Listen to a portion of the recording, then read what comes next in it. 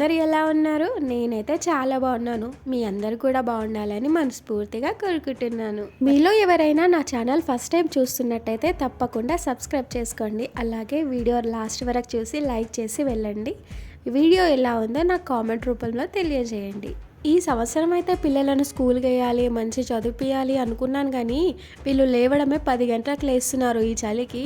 ఇక నా కోరిక తీరినట్టే ఈ సంవత్సరం. లేవండ్రా అని బతిలాడినా కూడా వాళ్ళు ఇంకా మంచి పడుకుంటున్నారు. తీరా చూస్తే 10 గంటలకు లేస్తున్నారు. అలాగే ఉంది లేండి బయట చలి కూడా. న్యూ ఇయర్కి పాప వచ్చిందని చెప్పాను కదా, తను ఇప్పుడు హాస్టల్కి వెళ్తుంది. ఇక బస్ స్టాండ్ వెళ్ళి దిగబెట్టి రావాలి. పాపం తను తినలేదు. నేను వంట చేద్దామంటే పిల్లలు అస్సలు సతాయించిరు, చేయలేకపోయినాను. ఇక బయటనైనా తినిపిద్దామని అందరం కలిసి వాళ్ళతో పాటు నేను కూడా బయలుదేరాను. నాకు హోటల్స్, రెస్టారెంట్స్ కన్నా ఫుడ్ ట్రక్ మీద ఫుడ్ అంటే చాలా ఇష్టం. అందులోనూ టిఫిన్స్ అయితే చాలా బాగుంటాయి. ఇక్కడ వచ్చేసి భవానీ టిఫిన్ సెంటర్ అంట షాద్నగర్లో. తప్పకుండా షాద్నగర్ వాళ్ళు ట్రై చేయండి. నిజంగా చాలా బాగుంది టిఫిన్. మంచిగా అరటాకుల్లో పెట్టి తింటుంటే అసలు భలే అనిపించింది. టేస్ట్ కూడా సూపర్ ఉంది. ఇక అందరం కలిసి టిఫిన్ అయితే చేసి పాపనైతే బస్ స్టాండ్లో బస్ ఎక్కించాను. ఇక పాప అయితే వెళ్ళింది. కాస్త ఏదోలా ఉంది, ఎందుకంటే అందరం కలిసి నిన్న మొన్న ఒక దగ్గరే ఉన్నాము. ఇప్పుడు వెళ్ళేసరికి ఒంటరిగా అయిపోయాను. ఇక మా వారు కూడా డ్యూటీకి వెళ్ళారు. ఇక పిల్లలకైతే అక్కడ టిఫిన్ తిన్నారు కాస్త. ఇక ఇంటికి వచ్చిన తర్వాత పాలైతే కలిపిచ్చాను. ఇక మా చిన్న బాబు అయితే ఒక్క దగ్గర ఉన్నాడు. ఇది సదృదం, అది సదృదం, ఈయనని పట్టుకొనే నాకు మామూలుగా యాస్టర్ అది ఇంట్లో. ఎంత పెద్ద పనైనా చేసి అలసిపోం, కానీ ఈ పిల్లల్ని పట్టుకొని వాళ్ళకి తినబెట్టి వాళ్ళని ఆడించి వాళ్ళకి పడుకోబెట్టేసరికి నిజంగా చాలా అలసిపోతాం. ఇక లంచ్కి అయితే టమాటా పచ్చడి చేసిన. కాస్త జలుబు చేసింది, కారంగా తినాలనిపించి టమాటా చట్నీ బాగుంటుంది అని చేసుకొని కాస్త తిన్నాను. ఇక ఈలోగా కాస్త టైం దొరికింది, పిల్లలు కూడా ఆడుకుంటున్నారు అని చెప్పి సెల్ఫ్లకి వాల్ స్టిక్కర్ వేద్దామని తీసుకున్నాను. మొన్న ఆర్డర్ చేసినట్టు. పిల్లలున్న ఇంట్లో గోడలు కానీ సెల్ఫ్లు కానీ అస్సలు నీట్గా ఉండవు. వాళ్ళు ఏదో ఒకటి గీస్తూనే ఉంటారు, లేదా దుమ్మన్న అంటిస్తారు. ఇక మేము వచ్చి కూడా 2 years అయింది. కాస్త పాత పడిపోయినట్టు అనిపించింది. కొద్దిగా చూడడానికి కూడా బాగా అనిపించాలి అనేసి వాల్ స్టిక్కర్ అయితే బుక్ చేశాను. దీనికి దుమ్మంటినా ఈజీగా క్లీన్ చేసుకోవచ్చు. పెన్సిల్, పెన్నుతో రాసిన కొద్దిగా వాటర్ వేసి తుడిపేస్తే పోతుంది. ఇక అది చూడడానికి కూడా బాగుంది అనేసి నేను ఆర్డర్ చేశాను. ఇంకా ఖాళీగా ఉన్నాను అనేసి ఇక సెల్ఫ్లోకి అంతా అంటించాను. నిజంగా అసలు అంటించడానికి చాలా కష్టమైంది, కానీ ఒక్కదాన్నే ఉన్నా. ఇక హెల్ప్ తీసుకోవడానికి కూడా మా వారు లేకుండే. ఇవన్నీ చేస్తే కూడా మా వారికి నచ్చదు, ఎందుకంటే మన సొంత ఇల్లు కాదు కదా, మనీ వేస్ట్ ఎందుకు అలా అనేసి అంటారు. కానీ మనం ఉంటున్నాం కదా, ఇక మనకే మంచిగా అనిపిస్తుంది నీట్గా అని చూడడానికి. కానీ ఇక అందుకే నీట్గా ఒక్కదానైనా సరే అంటించాను. వర్కింగ్ ఉమెన్స్కి నిజంగా హ్యాండ్సప్ చెప్పుకోవాలి. ఎందుకంటే వాళ్ళని ఇల్లుని ఎట్లా మెయింటైన్ చేస్తారో, మళ్ళీ ఆఫీస్కి ఎలా వెళ్తారో, మళ్ళీ వచ్చి వంటలు ఎలా చేస్తారో, అసలు వాళ్ళకి తీరిక ఎలా ఉంటుందో, ఓపిక ఎలా వస్తుందో తెలియదు. అసలు నేను ఎగ్జామ్ అయితే రాసొచ్చాను, కానీ మళ్ళీ జాబ్ చేసేటప్పుడు నాకైతే ఎలా ప్లాన్ చేసుకోవాలి, ఎలా ఉండాలో, ఎలా టైం సరిపోతుందో అర్థం కాదు. ఎందుకంటే ఈ 24 hours పిల్లల్ని, ఇంటిని, పనుల్ని, వంటని అసలు మేనేజ్ చేసుకోవడం నా వల్ల కావట్లేదు. మళ్ళీ అందుట్లో జాబ్ ఎలా చేయాలో, మళ్ళీ నా హెల్త్ ఏమవుతుందో అనేసి నిజంగా భయమేస్తుంది. కానీ ఈ కాలానికి మాత్రం అమ్మాయి అయినా అబ్బాయి అయినా ఎవరైనా సరే తనకంటూ ఒక మర్యాద, తనకంటూ ఒక గుర్తింపు ఉండాలి అంటే ఖచ్చితంగా మంచి ఉద్యోగం చేస్తూ సంపాదిస్తూ ఉంటేనే ఈ కాలంలో ఎవరికైనా మర్యాద. లేదంటే ఎప్పుడెప్పుడు ఏమందామని చూడడానికి చాలామంది ఉంటారు మన ఫ్యామిలీలో. బెస్ట్ ఎగ్జాంపుల్ నేనే. అసలు ఇంతకుముందు మాత్రం ఏం చేస్తావు, ఖాళీయే కదా, ఇంట్లోనే కదా, ఖాళీగా ఫోన్ చూసుకుంటూ టైంపాస్ చేస్తుంది అనేసి అనేవాళ్ళు. ఇంట్లో ఉన్న ఆడవాళ్ళు పొద్దున్నుంచి ఎంత కష్టపడ్డా వాళ్ళకంటూ ఏ గుర్తింపు ఉండదు. అందుకని జీవితంలో మనకంటూ ఏదో ఒకటి సాధించినప్పుడే మనకంటూ ఒక మర్యాద ఏర్పడుతుంది. ఇక నాకైతే ఫ్యామిలీ ప్లానింగ్ ఆపరేషన్ అయ్యి 1 month కూడా కాలేదు, కానీ నేను లేవడం, పనులన్నీ చేసుకోవడం అన్నీ అవుతున్నాయి. అమ్మ వెళ్ళి వస్తానని అక్కడనే ఉంది. ఇక మెల్లగా నేను అన్నీ చేసుకుంటున్నాను కదా, ఇక అవసరం లేదులే, మళ్ళీ తనకు కూడా హెల్త్ బాగాలేదట. ఇక వద్దులే అమ్మ, వాషింగ్ మిషన్ ఉంది, బట్టలు అందులోనే వేస్తాను అని చెప్పి ఇక పనులన్నీ నేనే చేసుకుంటున్నాను. ఎందుకో చిన్నప్పటి నుంచి నాకు ఒక అలవాటు, ఏ పని అయినా నేను చేసుకోవడంలో ఉన్న హ్యాపీనెస్ ఇంకొకరు చేస్తే ఉండదు. అమ్మ వచ్చి ఎంత హెల్ప్ చేసినా మళ్ళీ నేను చేస్తే కానీ అదే సాటిస్ఫాక్షన్ ఉండదు. చాలామంది ఎప్పుడు టైం దొరుకుతుందా, ఎప్పుడు రెస్ట్ తీసుకుందాం అనేసి అంటారు. కానీ నేను రెస్ట్ తీసుకునే టైంలో కూడా ఏదో పని చేయడం నాకు ఇష్టం.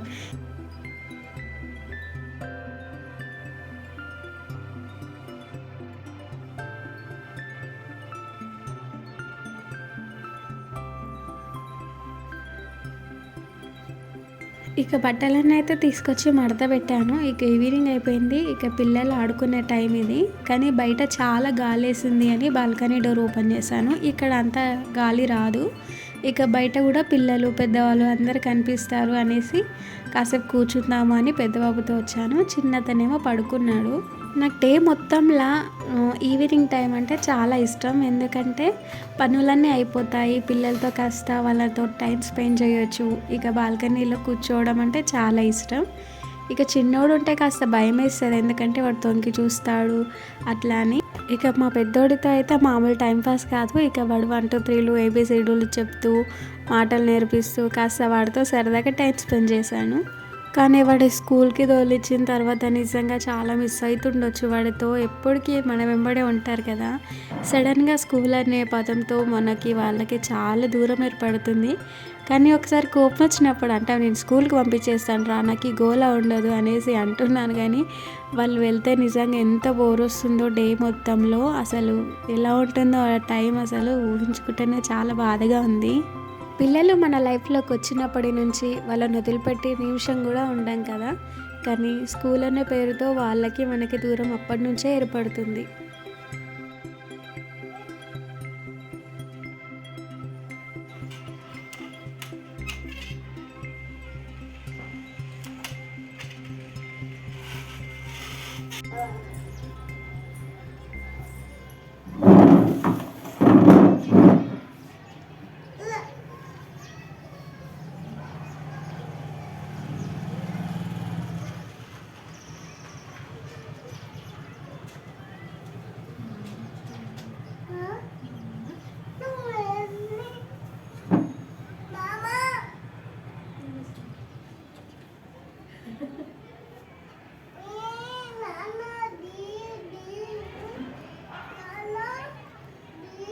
ఇక ఈలోగా చిన్నోడు కూడా లేసాడు. ఇక వాళ్ళ కోసం ఈవినింగ్ అయిపోయిందని పాలైతే పెట్టిస్తున్నాను. వాళ్ళకు కాస్త జలుబు చేసింది, అందుకనే కాస్త వాము పాలల్లో మిక్స్ చేసి లైట్గా షుగర్ వేసి ఇక ఈవినింగ్ స్నాక్స్ అయితే మామూలుగా పిండితోని పునుగులు వేసాను. ఇక డిన్నర్కి అయితే ప్రిపేర్ చేస్తున్నాను. ఇక వాళ్ళ నాన్న వచ్చే టైం అయిందని.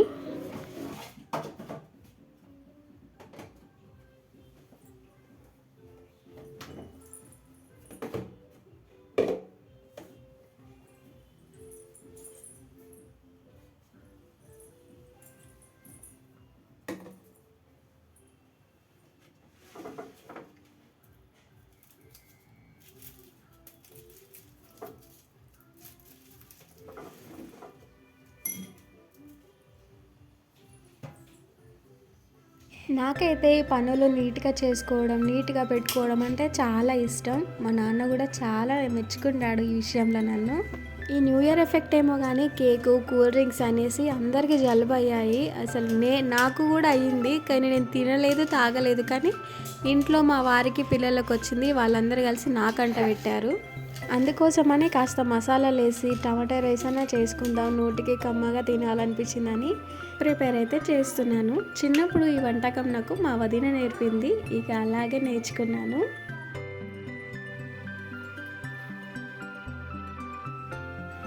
ఈసారి అయితే చలి చాలా విపరీతంగా ఉంది. ముఖ్యంగా చెప్పాలంటే పల్లెటూర్లలో అయితే ఇంకా ఘోరం. మా ఊరిలో మాత్రం లాస్ట్కి ఇల్లు ఉన్నందుకు అసలు ఘోరంగా చలేస్తుంది. అట్లానే అందుకోసం అనేసి నేను ఇక్కడికి వచ్చాను. మళ్ళీ కాస్త కొద్దిగా బిల్డింగ్ కదా, వెచ్చగా ఉంటుంది అని. ఇక పిల్లలకి ఆడ పడలేదు, బాగా కోల్డ్ అయింది. అందుకని ఆపరేషన్ కాగానే ఇక్కడికైతే వచ్చాను. నేనైతే పిల్లలకు ఎంత ఫీవర్ వచ్చినా కాస్త ఏం భయపడను. కానీ జలుబు చేసిందంటే నిజంగా చాలా భయం వేస్తుంది. ఎందుకంటే వాళ్ళకి ఊపిరి సరిగ్గా తీసుకోవడానికి రాదు, సరిగ్గా నిద్ర ఉండదు. నా ఫస్ట్ బాబు అప్పుడైతే అలాంటి ఎక్స్పీరియన్స్ చేశాను. ఏంటంటే అప్పుడు నేను కొత్త, అసలు పిల్లల గురించి ఏం తెలియదు. ఎంత చదువుకున్నా తన పిల్లలకు ట్రీట్మెంట్ చేసుకోవాలంటే చేసుకోలేము. ఇక వాడికి ఫస్ట్ టైం న్యూమోనియా వచ్చింది. ఇంతకు ముందున్న రూమ్లో బాగా చల్లగా ఉండే, వాడికి నెలలో ఒక్కసారైనా నిమోనియా వచ్చేది. అసలు ఎంత బాధేసిందో అసలు. వాడికి ఇంజెక్షన్స్ ఎప్పటికి క్యాన్లా చేతికి, అసలు ఎంత బ్లడ్ లాస్ అయింది ఎప్పటికి టెస్ట్లో చేసి. దానికి తోడు మా అత్తయ్య వాళ్ళు అమ్మ వాళ్ళేమో పిల్లలకు మగుళ్ళు పడ్డాయి, మంత్రి ఇప్పించాలి, తాయిత్తులు అవి ఇవని దింపారు. నిజంగా ఆ టైంలో మాత్రం అన్నీ నమ్మాల్సి వస్తుంది. ఎందుకంటే తొందరగా ఏదైనా సరే తొందరగా తగ్గితే బాగుండు అనేసి. కానీ తర్వాత ఆలోచిస్తే మంత్రాలకు చింతకాయ రాలుతాయా అనే విషయం తెలిసింది. ఈ మంత్రాలకు అది ఇది నిమోనియా ఎట్లా తగ్గుతుంది లోపల అనేసి మళ్ళీ నేను కొద్దిగా వాళ్ళని తిట్టేసి హాస్పిటల్కి తీసుకెళ్ళగానే డాక్టర్ నన్ను తిట్టాడు. అన్నీ తెలిసి ఇలా వేసావేంటమ్మా, ఇంత సీరియస్గా ఉంది అనేసరికి తర్వాత తలగొట్టుకున్నా. ఇక అప్పటి నుంచి అయితే ఈ సీజన్కి తగ్గట్టు పిల్లల్ని వెంచగా ఉంచడం, మామూలుగా ఉంచడం అనేది నేర్చుకున్నాను. ఇక సెకండ్ బాబు విషయంలో మాత్రం అలాంటి మిస్టేక్స్ ఏవి చేయలేదు. ఎందుకంటే ఇప్పటి వరకు వానికి నిమోనియా అంటే తెలియదు, మామూలుగా వైరల్ ఫీవర్స్ అంటే తెలియదు. నేను తీసుకున్న జాగ్రత్తల వల్లనే పిల్లలైతే సేఫ్గా ఉన్నారు. అప్పుడప్పుడు జలుబు వస్తుంది, ఇక నేను ఎప్పటికీ మెడిసిన్స్ ఇంట్లోనే ఉంచుకుంటాను. ఇక రాగానే కాస్త వేస్తాను, తగ్గలేదా హాస్పిటల్కి ఇమీడియట్గా తీసుకెళ్తాను. మీరు కూడా ఎవరైనా పిల్లలు ఉన్న వాళ్ళైతే ఎట్టి పరిస్థితుల్లోనూ నిమోనియా కానీ ఇంకా ఏ ఫీవర్స్ కానీ వచ్చినా ఫస్ట్ హాస్పిటల్కి వెళ్ళాలి. మంత్రాలు తంత్రాలు ఈ కాలంలో మాత్రం పనిచేయవు. పిల్లలను మనం ఎంతో కష్టపడి కంటాం కదా, ఎన్నో నొప్పులను భరించి. మరి వాళ్ళను చూసుకునే జాగ్రత్త కూడా అలానే ఉండాలి. మనకి ఎంత బాధ అయినా సరే పిల్లలను మాత్రం సేఫ్గా ఉంచడమే కదా మన బాధ్యత. చిన్న చిన్న పొరపాట్ల వల్ల ఎంతో నష్టం జరుగుతుంది. అందుకే సీజన్ని బట్టి పిల్లలను జాగ్రత్తగా ఉంచుకోవాలి. దాంతోపాటు వాళ్ళ ఇమ్యూనిటీ పవర్ పెంచడానికి మంచి ఫుడ్ కూడా ఇవ్వాలి. గ్లాసు పాలు, రోజుకొక గుడ్డు అట్లా. అలాగే నాన్ వెజ్ కూడా మెల్లిమెల్లిగా స్టార్ట్ చేయాలి, వాళ్ళ గ్రోత్ కూడా బాగుంటుంది.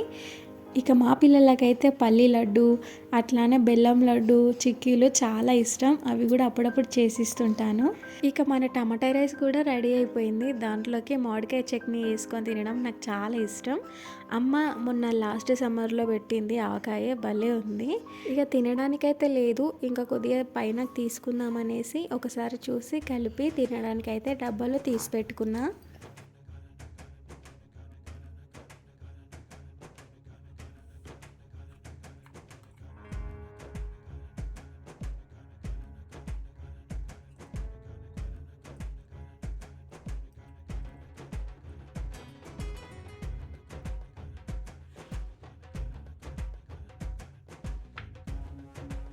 ఇక నేనైతే తినేసి పిల్లలకైతే వంట చేశాను. ఇక ఈలోగా వాళ్ళ నాన్న వచ్చారు.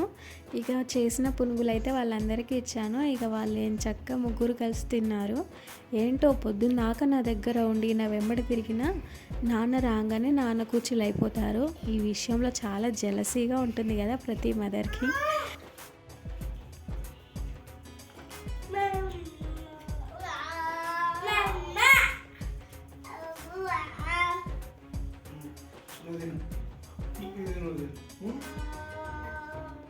ఇక మేమైతే తినేసి కిచెన్ అంతా క్లీన్ చేశాను. ఇదండి వీడియో. మీకు నచ్చినట్టయితే తప్పకుండా సబ్స్క్రైబ్ చేయండి, లైక్ చేయండి. మరెన్నో ఇంట్రెస్టింగ్ వీడియోల కోసం ఉంటానండి. Thank you for the watching.